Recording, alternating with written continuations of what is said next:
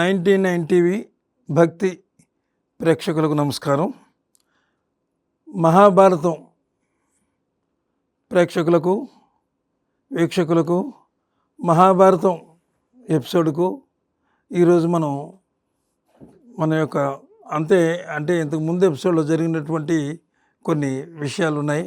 అవి ముందు గుర్తు చేసుకుని తర్వాత రెండో ఎపిసోడ్లోకి వెళ్దాం. మహాభారతం అంటే పంచమ వేదం, హిందువులకు పరమ పవిత్రమైనటువంటి గ్రంథం అన్నమాట. అది అసలు మన పురాణాల్లో ఏం చెప్పారంటే, నిరక్షరాస్యులు ఉంటారు కదా, అసలు ఏమాత్రం కూడా చదువుకోలేని వాళ్ళు మరి మహాభారతాన్ని ఎలా చదవగలరు? చదవలేరు కదా. అలాంటి వారికి పురాణాల్లో కొంతమంది ఋషులు ఏం చెప్పారంటే, నీకు పుణ్యం రావాలి అంటే మహాభారత గ్రంథాన్ని ఒకసారి ఇలా చేతిలో తీసుకుని ఇలా కళ్ళకు అద్దుకొని ఒక నమస్కారం చేసి అక్కడ పెట్టాయి. ఎందుకంటే నువ్వు నిరక్షరాస్యుడివి, నీకు అక్షరాలు రావు, చదువులేదు, అంచేత ఆ పుణ్యఫలం అంతా నీకు వస్తుంది. నమస్కారం చేసుకుని అక్కడ పెట్టావంటే అంత గొప్ప పవర్ ఉంది ఈ మహాభారత గ్రంథంలో. ఊరికినే అనలేదు, చాలామంది మన పెద్దలు అనేవారు, ఊరికినే అనలేదు. అది తింటే గారెలు తినాలి, వింటే భారతం వినాలి. అంత అద్భుతమైనటువంటి మహాభారత గ్రంథం ఇది. అయితే ఈ గ్రంథం గురించి చెప్పాలి అంటే అసలు ఎంతకాలం చెప్పినా తరగదు, ఎన్ని ఎపిసోడ్లు చేసినా తరగదు. ఈ గ్రంథంలో అంటే చాలా సినిమాలు వచ్చినాయి, మహాభారతం సినిమాలు చాలా సినిమాలు వచ్చినాయి, సీరియల్స్ వచ్చినాయి, నాటకాలు వచ్చినాయి, అలాగే ఏకపాత్రాభినయాలు కూడా వచ్చినాయి. ఈ గ్రంథంలో ఉండేటటువంటి గొప్పతనం ఏమిటంటే, ఈవేళ ఒకరు సినిమా తీస్తే అది శతదినోత్సవాల వరకు వెళ్ళిపోతుందన్నమాట. ఒక రకంగా ఒక డైరెక్టరు అతని యొక్క సృజనాత్మక శక్తికి మించినట్టుగా ఆయన ఒకరు చేస్తారు. అలాగే మరొక డైరెక్టరు ఆయన యొక్క శైలిలో ఆయన చేస్తాడు, ఇంకొక డైరెక్టరు ఇంకో శైలిలో చేస్తాడు. అంటే ఎవరు ఎన్ని చేసినా సరే ఈ మహాభారతం అనే సినిమా ఎన్నిసార్లు చూసినా ఇంకా చూడాలి అనిపిస్తుంది అనమాట. ఈ మహాభారతంలో పాత్రల గురించి మనం చెప్పక్కర్లేదు. ఎన్టీ రామారావు గారు అద్భుతమైనటువంటి పాత్రలు, అన్ని పాత్రలు కూడా ఈ పురాణాల్లో ఆయన చేశారు. కాబట్టి ఆయన మహానుభావుడు. శ్రీకృష్ణ పరమాత్మగా ఆయన్ని ఎందరో ఫోటోలు పెట్టి కూడా పూజించుకున్నారు. అంత గొప్పది ఈ మహాభారతం. ఇక మనం జరిగిన ఎపిసోడ్లో విషయానికి వస్తే, శకుంతల కణ్వ మహర్షి కూతురు అని మనం చెప్పుకున్నాం. అంటే కూతురు అంటే విశ్వామిత్రుడు అలాగే మేనకలు వాళ్ళిద్దరికీ జన్మించినటువంటి అమ్మాయి శకుంతల. అయితే వారిద్దరూ కూడా ఆ అమ్మాయిని కణ్వ మహర్షి ఆశ్రమంలో విడిచిపెట్టి, అంటే ఏదో ఎలా పోతే అలా పోయింది అనేది కాదు, ఆ మహర్షి ఆశ్రమంలో ఉంటే ఆ అమ్మాయి సురక్షితంగా ఉంటుందని అక్కడ ఉంచి విశ్వామిత్రుడు మేనక ఇద్దరు వదిలి వెళ్ళారనమాట. వెళితే కణ్వ మహర్షి ఏం చేశాడంటే, ఆ బిడ్డను చూసి ఆ బిడ్డ తేజస్సు దేదీప్యమానంగా వెలిగిపోతుందట. ఆ తేజస్సు, ఆ బిడ్డ, ఆ చంటి పాప, ఆ పాప యొక్క తేజస్సును చూసి ఆయన ఎంతో మురిసిపోయాడట కణ్వ మహర్షి. అప్పుడు ఆయన ఏం చేశాడంటే, ఆ పాపను తీసుకొని చక్కగా కంటికి రెప్పలా, ఏ రకమైనటువంటి ఇబ్బంది లేకుండా చక్కగా కన్న కూతురులా ఆమెను పెంచుకున్నాడు. పెంచుకున్న తర్వాత యుక్త వయసు వచ్చిన తర్వాత ఆమెకు శకుంతల అని పేరు పెట్టాడు. పేరు పెట్టిన తర్వాత దుష్యంతుడు రావడం, శకుంతలను మోహించడం, వారిద్దరి వివాహం జరగడం. అప్పుడు ఏం జరిగిందంటే, అయిన తర్వాత ఆ దుష్యంత మహారాజు శకుంతలతో ఏమని చెప్పాడంటే, దేవి, నేను అవశ్యం రాజ్యానికి వెళ్ళవలసి ఉంది. వెళ్ళిన తర్వాత కొద్ది రోజుల్లో నిన్ను వచ్చి అన్ని లాంఛనాలతో నిన్ను తీసుకుని వెళ్ళి నేను రాజ్యానికి తీసుకెళ్ళి నేను యువరాణిని చేస్తాను, అదే రాజుని చేస్తాను, రాణిని చేస్తాను, రాజుని నేను అంటే రాజకార్యాలు చాలా ఉన్నాయి నాకు అంచేత. అంటే ఆమె ఏముందంటే కొంచెం బేలగా చూసిందట. అప్పుడే వెళ్ళిపోతారా అనేటట్టుగా. తప్పదు వెళ్ళాలి, ఎందుకంటే నేను దారి తప్పిలా వచ్చేసాను, నేను చూసుకోవలసినటువంటి రాజకార్యాలు చాలా ఉన్నాయి అంచేత మరి అనేటప్పటికీ ఆయనకు కూడా కొంచెం బాధగానే ఉంది. వారు గాంధర్వ వివాహం చేసుకున్నారు కదా, మనం గత ఎపిసోడ్లో చెప్పుకున్నాం. గాంధర్వ వివాహం చేసుకున్నారు. చేసుకున్న తర్వాత రాజుగారు ఏం చేశాడు, దుష్యంత మహారాజు వెళ్ళిపోయాడు. వెళ్ళిపోయిన తర్వాత ఎంతకీ రాలేదు ఆయన. ఎంతకీ రాకపోయేటప్పటికీ ఇక్కడ దుష్యంత మహారాజు మరి మర్చిపోయాడా ఏమిటి అని చెప్పి ఆమె ఓ పక్కన మదన పడుతూ ఉంటూ ఈ కొడుకుని చూసుకుని మురిసిపోతుంది. కానీ ఒక్కోసారి మళ్ళీ భర్త అయినటువంటి దుష్యంత మహారాజు గుర్తొచ్చేటప్పటికి అలాగే దీనంగా ఒక్కో చోట కూర్చునేటప్పటికి అప్పుడు కణ్వ మహర్షి అది గ్రహించి, సరే నా కూతురు ఆ మహారాజు రాలేదని బెంగ పెట్టుకుంది కాబట్టి అని చెప్పి ఆయన ఏం చేశాడంటే శకుంతలని రాజు దగ్గరికి పంపించాడు. అమ్మ నువ్వు వెళ్ళి విషయాలన్నీ చెప్పు, ఆయన ఎందుకు రాలేదో, ఏ రాజకార్యాల వల్ల రాలేదో, లేకపోతే అందులో పూర్తిగా నిమగ్నమైపోయి నిన్ను పట్టించుకోలేదా, అలాంటి వాడు కాదు దుష్యంత మహారాజు, ఆయనకు నాకు తెలుసు ఆయన అని చెప్పి, ఆయనకి మంచి పేరుంది దుష్యంతుడు అనేటప్పటికి అని చెప్పి మొత్తం మీద ఏదో బుజ్జగించి కూతుర్ని పంపించేటప్పటికి ఆమె వస్తున్నప్పుడు అంటే కొడుకు పుట్టాడు. ఆమెకి కొడుకు పుట్టినా రాలేదు.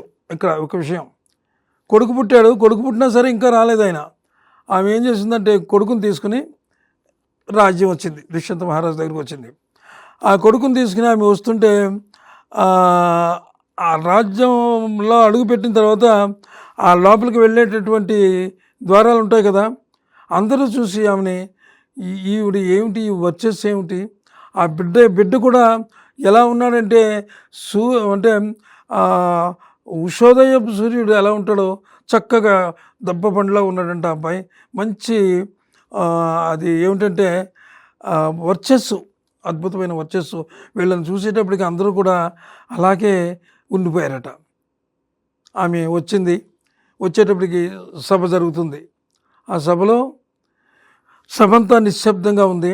దుష్యంత మహారాజు వాళ్ళకి ఏవేవో రాజ్యానికి సంబంధించినటువంటి సూచనలన్నీ ఇస్తున్నాడు. అయితే ఆమె ఒకసారి చూసింది, ఈ సమయంలో వెళ్ళి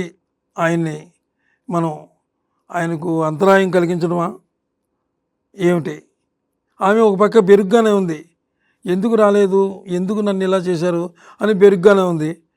కానీ వెనక్కి వెళ్ళలేదు, ముందుకే వెళ్ళాలి కాబట్టి ఏమైనా సరే అని చెప్పి ఆమె నెమ్మదిగా ఆ సభ మధ్యకు వచ్చి సరిగ్గా ఆయన ఆ దుష్యంత మహారాజుకి అభిముఖంగా నిలబడేటప్పటికి ఆయన చూశాడు. ఎవరు అమ్మ నువ్వు, ఎందుకు వచ్చావు, నీకు వచ్చిన కష్టం ఏమిటి అని అడిగాడు. ఆ మాట ఎప్పుడైతే ఆయన అడిగాడో ఆ మాట ఆయన నోట్లోంచి వచ్చిన వెంటనే శకుంతల వణికిపోయిందట. ఇదేంటి, నువ్వెవరు అని అడుగుతున్నారు స్వామి, ఏమిటి ఇదని చెప్పి అనేటప్పటికీ, స్వామి నన్ను మర్చిపోయారా, సరిగ్గా గుర్తు తెచ్చుకోండి అని చెప్పింది. ఆయన ఎంత ఆలోచించినా గుర్తుకు రాలేదు. ఏమో నువ్వెవరో నాకు తెలియదు, ఎందుకు ఏ పని మీద వచ్చావు, నీకేమైనా సహాయం కావాలా, దేనికోసం వచ్చావు అని అనేటప్పటికీ ఆమె మరింత మనసు చాలా బాధపడిపోయిందట శకుంతలకి. అది కాదు స్వామి, నేను మీ భార్యను, మీరు ఆనాడు మా ఆశ్రమానికి వచ్చారు, మనమిద్దరం గాంధర్వ వివాహం చేసుకున్నాం, ఇదిగో మీ యొక్క గుర్తుగా ఈ కుమారుడు కూడా నాకు పుట్టాడు, మన కుమారుడు ఈ అబ్బాయి, అంచేత ఈ కుమారుని కూడా తీసుకొచ్చాను నేను, మీరు ఎంతకీ రాకపోయేటప్పటికీ ధైర్యం చేసి వచ్చాను, క్షమించండి, నేను మీ భార్యను అంది.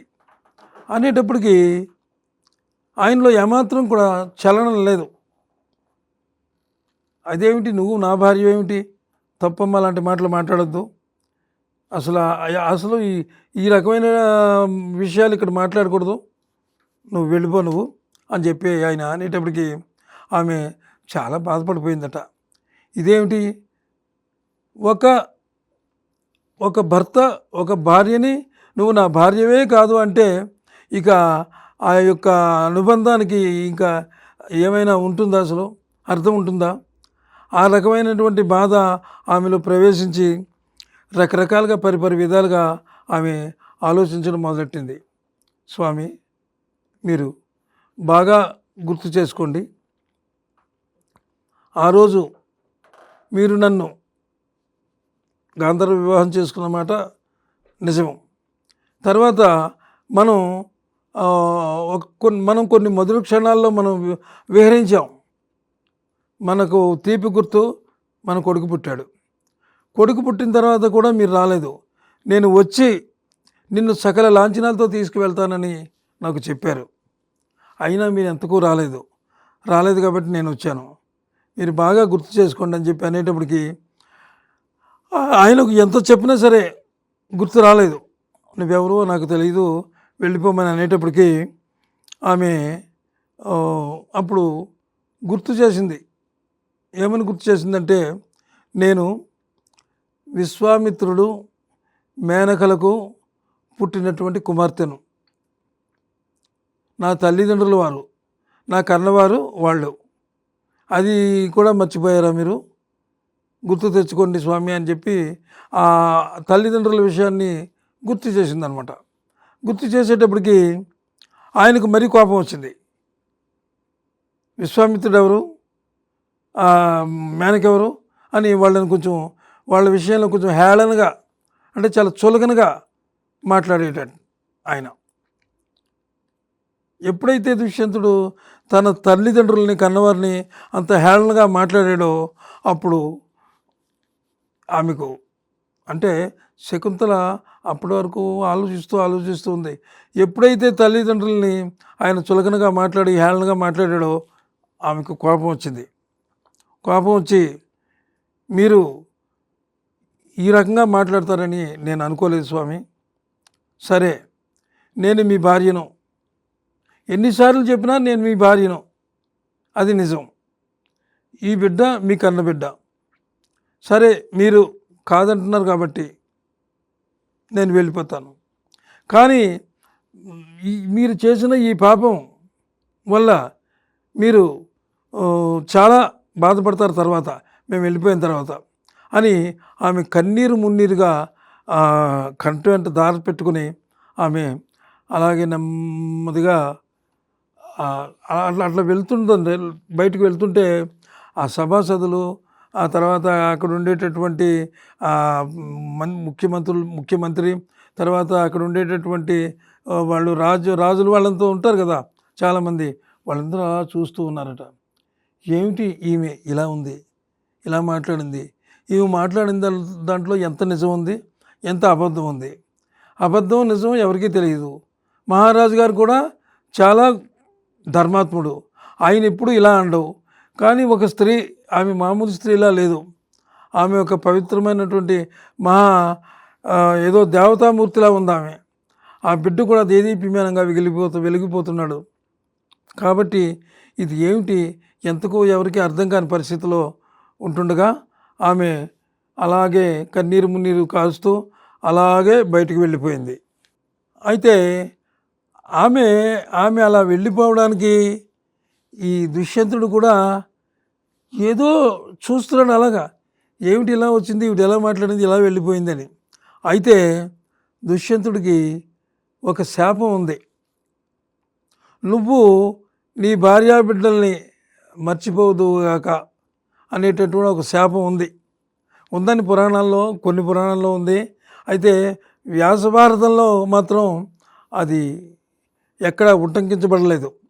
అంచేత ఆ యొక్క మర్చిపోవడం వల్ల తన భార్యను, తన కుమారుణ్ణి అతను గుర్తుపట్టలేకపోయాడు. ఆ విధంగా జరిగింది అది. అయితే ఈ ఎపిసోడ్లు ఈ ఎపిసోడ్లు కంటిన్యూగా వస్తున్నాయి. ఒకదాని వెంట ఒకటి చూడండి. వాటికి లింకులు ఉంటాయి. ఆ లింక్ ప్రకారంగా చూడండి, మీకు అన్ని విషయాలు అర్థమవుతాయి. మేము ఈ 99 టీవీలో ఈ మహాభారతం కార్యక్రమం మీ అందరి కోసమే పెట్టాము. అయితే అందరూ చూడండి. చూసి ఈ భారతంలో మహాభారతం యొక్క అసలు ఎందుకు ఆ మహాభారతం ఆ వ్యాస మహర్షి వ్రాశారు, అందులో ఎవరి పాత్రలో ఎవరి తీరుతెన్నులు ఎలా ఉన్నాయి, ఎవరి గుణగణాలు ఎలా ఉన్నాయి, వాళ్ళందరి యొక్క గుణగణాలు అందులో మంచిని తీసుకుని మీరు చక్కగా ఈ మహాభారతాన్ని చివరి వరకు చూడండి. చూసి మీరు కూడా ఒక మంచి అంటే ధర్మం న్యాయం తప్పకుండా మీరు నడవలసిందిగా మేము ఈ ఎపిసోడ్ ప్రారంభించాము. మరి నెక్స్ట్ ఎపిసోడ్లో మనం అంటే ఆవిడ వెళ్ళిపోయింది కదా, కొడుకుని తీసుకుని అలాగా శోకమూర్తిలాగా వెళ్ళిపోయింది కదా, తర్వాత ఏం జరిగింది అనేది మళ్ళీ ఎపిసోడ్లో మనం తెలుసుకుందాం. అంతవరకు సెలవు. నమస్కారం.